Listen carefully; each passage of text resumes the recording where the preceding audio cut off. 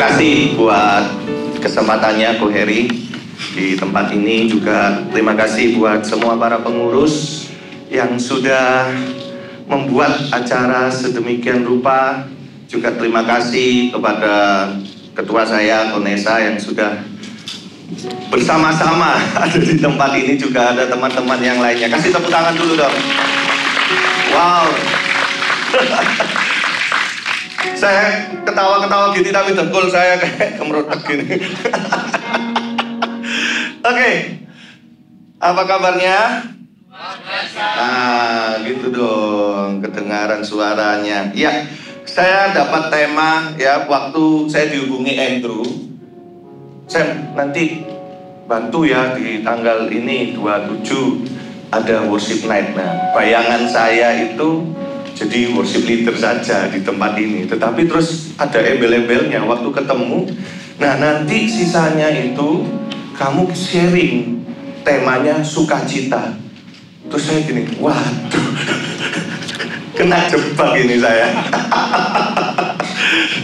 Oke, singkat cerita saya dapat temanya tentang sukacita. Kalau di poster yang ada di IG itu The Joy of the Lord is my strength. Semoga bahasa Inggris saya bagus dan jelas ya teman-teman. Maaf tadi sempat keceplosan Bapak Ibu Saudara gitu ya. Sudah kebiasaan. Oke. Ya, saya ingat betul. Kembali lagi ke masa-masa saya kecil ya. Ya saya sekarang masih kecil juga. Cuman usianya yang gak kecil. Saya tuh ingat dulu tuh waktu SMP kalau nggak salah. Mungkin teman-teman saudara di tempat ini ada yang mengalami seperti saya. Jadi dulu waktu SMP itu ada yang namanya ngisi biodata, diary. Ada yang ngalamin sekolahnya? Nggak ada. Oh, nggak ngalamin ya. Jadi zaman dulu ada beberapa, saya jujur ya. Ngalamin sekali, di usia berapa itu? Jadi kalau saya ingat-ingat ya, dari zaman saya SMP, teman-teman tuh selalu kayak bawa diary gitu, buku, biodata, terus dioper-oper ke teman-teman. Ayo diisi dong biodatanya, jadi nama, alamat, terus hobi, makanan kesukaan, moto hidup, visi misi, calon presiden, enggak. Pokoknya seperti itu. Terus dikasih suruh nempel foto gitu ya, terus tanda tangan gitu. Ada yang ngalamin? Nggak usah malu. Nah kan baru sekarang gini. Saya kalau enggak saya merasa gagal ini. Oke. Nah waktu itu saya ingat betul. Saya kalau nulis di moto hidup saya itu pendek sekali, cuman 2 kata. Keep smile. Keep smile gitu. Cuman gitu aja. Jadi mungkin ya berawal dari buku biodata itu, akhirnya saya ketemu hari ini, saya disuruh membawakan tema tentang sukacita. Ini ilmu cocok logi. Nggak usah serius gitu wajahnya. Nggak usah serius, nggak usah terlalu serius. Ya, keep smile. Jadi kalau orang bilang lihat Andrew gitu ya, nah soalnya Sam, kamu tuh soalnya kan dilihat, tak lihat itu sukaannya ketawa terus, happy terus. Makanya akhirnya yang tema sukacita ini katanya yang cocok itu saya untuk menyampaikannya di tempat ini. Padahal saudara, di balik saya yang cengengesan ini, di balik saya yang sanguin pol ini, ya sebetulnya banyak kepahitan yang saya alami. Jadi saya akan saksikan di tempat ini mulai dari waktu saya masih dalam kandungan mama saya. Jadi mama saya itu mengandung saya 3 bulan. Tiba-tiba ayah saya meninggal, dipanggil Tuhan. Jadi sebelumnya sempat mengalami kecelakaan, geger otak. Terus habis itu sembuh sebentar, beberapa bulan kemudian kambuh. Dan akhirnya meninggal. Dipanggil Tuhannya, kalau kata mama saya enak sekali gitu ya, di rumah di kursi sofa sebelum mau berangkat kerja, tiba-tiba bilang, kok kepala saya pusing. Mama saya masuk kamar, nyari obat. Begitu keluar, papa saya sudah tidur. Dikiranya tidur, tetapi tidur untuk selama-lamanya.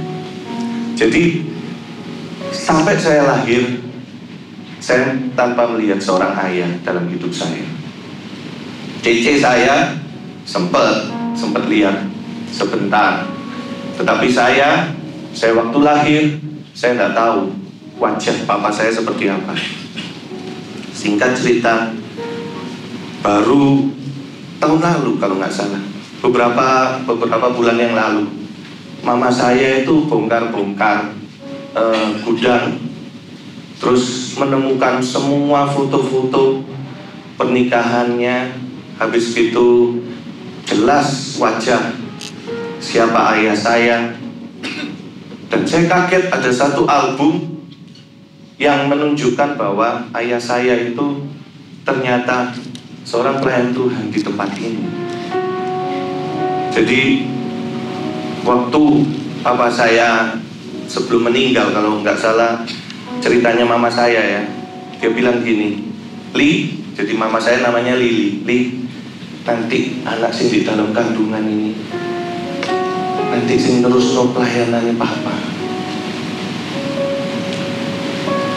Dan singkat cerita saya baru tahu kalau papa saya dulu itu ternyata pelayanan main gitar di tempat ini waktu Betani masih di garasi sebelum di awning. Ada fotonya nyanyi sama Pak Niko, ada Pak Alex, ada Pak Chris Dakosta. Sempat saya bawa foto itu kapan hari lalu di Nginden, tak tunjukkan ke Pak Chris. Ingat betul, dulu kok masih ada fotonya. Dan hari ini saya ada di tempat ini, saya berdiri di tempat ini. Saya percaya bukan karena saya yang mampu, bukan karena saya yang hebat, tetapi semuanya karena kasih karunia Tuhan. Amin. Kasih tepuk tangan dulu bagi Tuhan. Saya selama kecil selalu dititipkan ke tetangga saya, ke saudara saya, saudaranya mama saya. Kebetulan hari ini juga ada saudara saya hadir di sini, ada Ricky. Coba Ricky berdiri dong. Iya, ini saudara sepupu saya. Jadi papanya Ricky ini adalah kembarannya mama saya. Jadi mama saya kembar, tapi kembarnya cewek sama cowok. Nah, papanya Ricky itu adalah saya. Jadi waktu saya kecil, saya ingat-ingat betul gitu ya. Saya selalu dititipkan tetangga yang rumah di sebelah. Terus saya lagi kalau pergi dititipkan lagi sama saya yang nomor 1. Kalau pergi ke mall, pergi kemana diajak, saya ikut. Saya cuma nimbrung terus ikut. Mama saya tidak pernah ikut karena mama saya selalu di rumah jaga toko kelontong di Kendang Sari. Sampai akhirnya saya bertumbuh menjadi Samuel yang nakal. Karena apa? Keluyuran terus. Kan mama saya cuma jaga toko, saya keluyuran terus. Kumpulan saya, teman-teman saya itu tule-tule kampung gitu di Kendang Sari.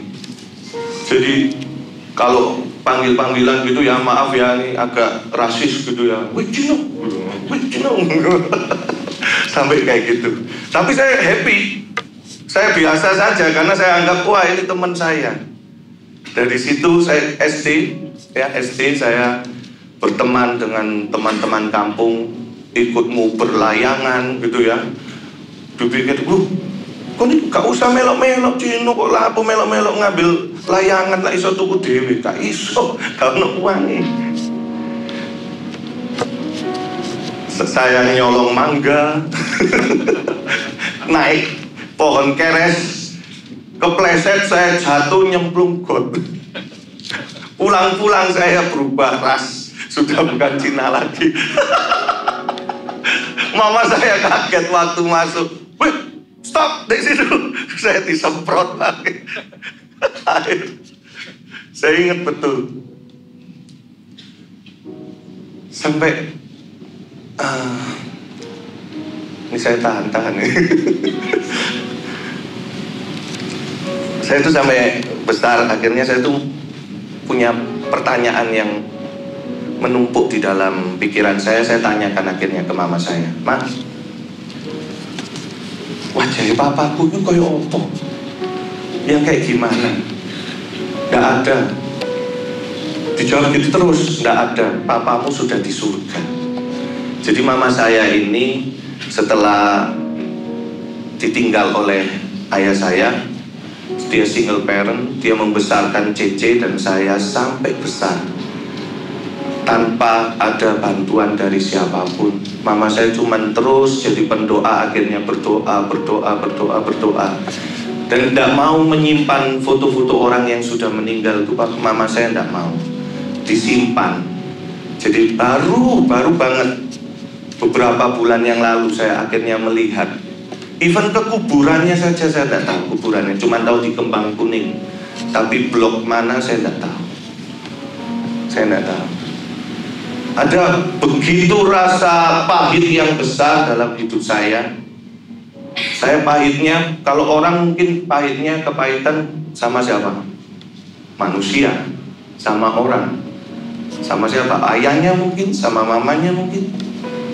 Kalau saya, pahitnya itu sama Tuhan. Nemen, pahit nemen. Dalam hati saya selalu, Tuhan tidak adil. Tuhan di mana? Kenapa papa saya dipanggil Tuhan? Saya lihat kalau teman-teman ke sekolah gitu ya, diantar sama papanya atau mamanya. Saya diantar sama tukang becak. Namanya Pak Mat, masih saya ingat betul. Samuel tekorek.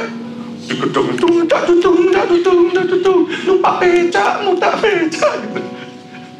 Malunya setengah mati. Yang lainnya diantar, saya naik becak. Saya hidup terus. Akhirnya apa? SD saya nakal, SMP saya nakal, playboy saya ini. Ada istri saya di belakang, dia dengar. Sudah tahu dia, sudah wis kadung katanya. Nakal, ya karena apa? Saya tidak pernah ngalamin yang namanya kasih seorang bapak. Saya tidak pernah ketemu seorang ayah, sehingga saya hidup cuma dari mama saya. Kalau nakal dulu ya, saya sudah semua alat apa aja, sabuk lah, sabuk pramuka itu, penebal, semua. Kalau saya ini nggak bisa perkalian. Sekarang kalau ditanyai pasti lupa saya. Bodohnya setengah mati. Jadi saya itu di sekolah yang sangat mewah dulu, saya sekolahnya di Kutisari. Mewah sekali karena apa? Pintar. Mepet sawah. Kalau mungkin pernah ada yang rumahnya Kutisari di sini? Nggak ada ya? Puji Tuhan nggak ada ya. Namanya sekolahnya Betel Sulung. Betel Sulung itu asal mula sekolah saya. Oh, saya bangga sekali. Kenapa? Karena saya paling nakal di situ. Sampai akhirnya di sekolah yang saya nakal itu, teman-teman, tiba-tiba tuh ada kayak bikin ibadah pagi. Itu setiap hari Jumat pagi sebelum sekolah kita disuruh naikkan beberapa pujian gitu ya. Terus ada renungan singkat dari kepala sekolah. Nah, karena tunjuk-tunjukkan dan karena muridnya tidak banyak, satu kelas muridnya cuma 10, cuma 12 gitu kan. Kamu ya? Gak iso nyanyi, kamu ya gitu. Begitu todingan terakhir ke saya, kamu ya? Pede aja. Pikirnya saya tak terima supaya apa? Nilai saya bagus. Karena saya tidak pernah dapat nilai bagus gitu ya. Siap bu gitu. Saya siap aja. Ternyata itu awal mula. SMP kelas 3 saya mulai namanya nyanyi itu di situ. Nyanyi, terus ada teman saya. Jadi yang pelayanan sama-sama saya nakal semua, anggota geng saya. Jadi yang gitar itu teman saya juga nakal, yang ngedrum teman saya juga nakal. Pokoknya semua kita kompak. Kita geng nakal tapi kita melayani Tuhan demi apa? Demi nilai bagus. Awal mula motivasinya salah. Tapi dari situ saya akhirnya ditangkap sama Tuhan, dipilih, dan tidak tahu ya apa ceritanya, tiba-tiba saya itu masuk daftar pelayanan di remaja Betani Manyar. Ya awal mulanya karena saya diajak mantan pacar saya. Nggak boleh marah loh ya Widya. Jadi saya masuk pelayanan itu diajak mantan saya awal mulanya. Tapi di remaja itu saya gonta-ganti. Karena apa? Saya masuknya di choir. Nah choir itu kan kebanyakan zamannya itu jadi cantik gitu ya, choir. Habis gitu saya deketin lagi teman-teman dari tamborin. Puji Tuhan sekarang istri saya juga pemain tamborin. Mantan pemain tamborin. Jadi kalau saya ingat lagi gitu ya, betapa besar kemurahan Tuhan bagi saya. Dan malam hari ini saya sampaikan juga bagi teman-teman Bipro di tempat ini. Kita semuanya tidak tahu latar belakang kita seperti apa. Kisah kita punya banyak macam-macam. Kadang ada yang buruk atau mungkin baik-baik saja. Tetapi malam hari ini saya saksikan di tengah-tengah teman-teman Bipro bahwa di balik wajah saya yang cengengesan ini, sebetulnya saya punya satu pahit hati yang sangat besar. Tetapi begitu saya temukan kasih mula-mula itu, kasih yang dari Tuhan berikan kepada saya, sehingga apa? Saya bisa mengampuni, saya bisa melewati semuanya. Bahkan saya bisa masuk pelayanan sampai hari ini.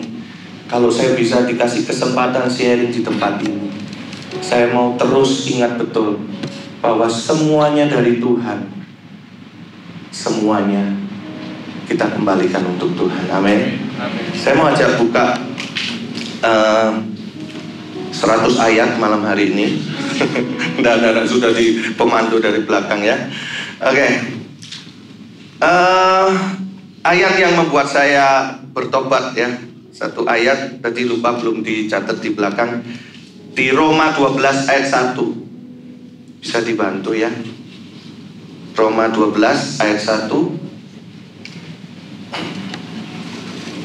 Oke, kita bisa baca sama-sama dengan suara keras ya. 1, 2, 3.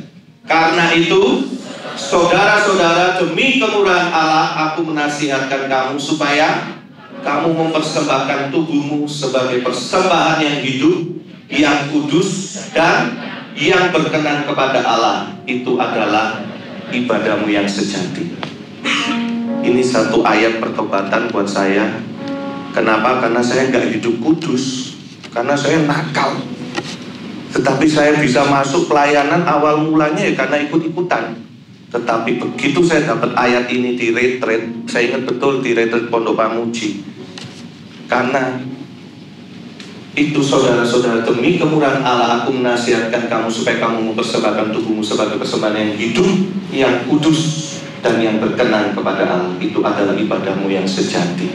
Bagaimana bisa seorang Samuel memimpin pujian kalau hidupnya nggak kudus? Demikian juga teman-teman semua yang pelayanan di tempat ini. Kalau kamu berkata, oh aku sebagai pelayan Tuhan, sudahlah hidup kita ini berkenan di hadapan Tuhan. Sudahlah ibadah kita ini betul-betul sejati di hadapan Tuhan.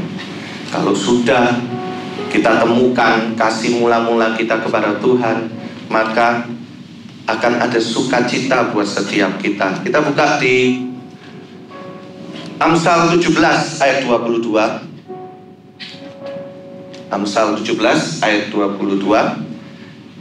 Kita baca ya. 1, 2, 3. Hati yang gembira adalah obat yang manjur, tetapi semangat yang patah mengeringkan tulang. Itulah sebabnya tadi waktu saya berkata sukacita, jawabnya apa? Kekuatan. Di saat ada sukacita, di situ ada kekuatan. Di mana kita kuat, artinya di situ kita lagi sukacita. Diingat-ingat betul teman-teman. Jadi saat kita mulai, aduh ada masalah, aduh gini, ayo kembali lagi, ingat kasih mula-mula kita, sukacita, sukacita, kekuatan, kekuatan. Saya masih nyanyi lagi suara ini entek, lagi suara serak, saya harus tetap semangat.